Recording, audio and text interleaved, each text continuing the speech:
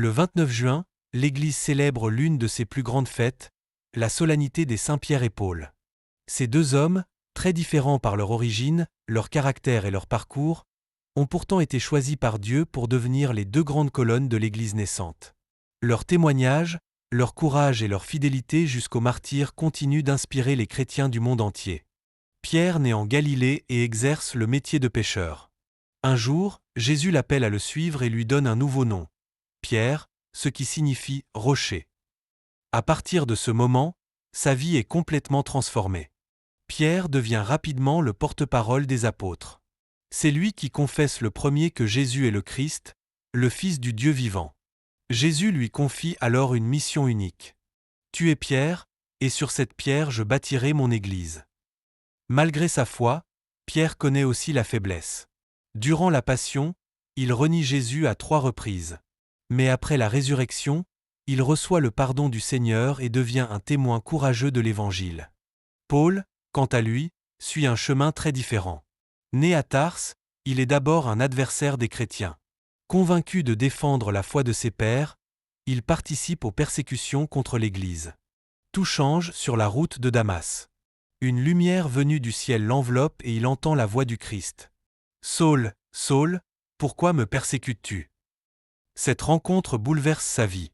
De persécuteur, il devient l'un des plus grands missionnaires de l'histoire chrétienne. Paul entreprend alors plusieurs voyages missionnaires à travers l'Asie mineure, la Grèce et jusqu'à Rome. Il annonce l'Évangile avec un courage extraordinaire malgré les persécutions, les emprisonnements et les dangers constants. Parmi les nombreux miracles attribués à Saint Pierre, l'un des plus connus est la guérison d'un homme paralysé à la porte du temple de Jérusalem. Au nom de Jésus, Pierre lui ordonne de se lever, et l'homme retrouve immédiatement l'usage de ses jambes.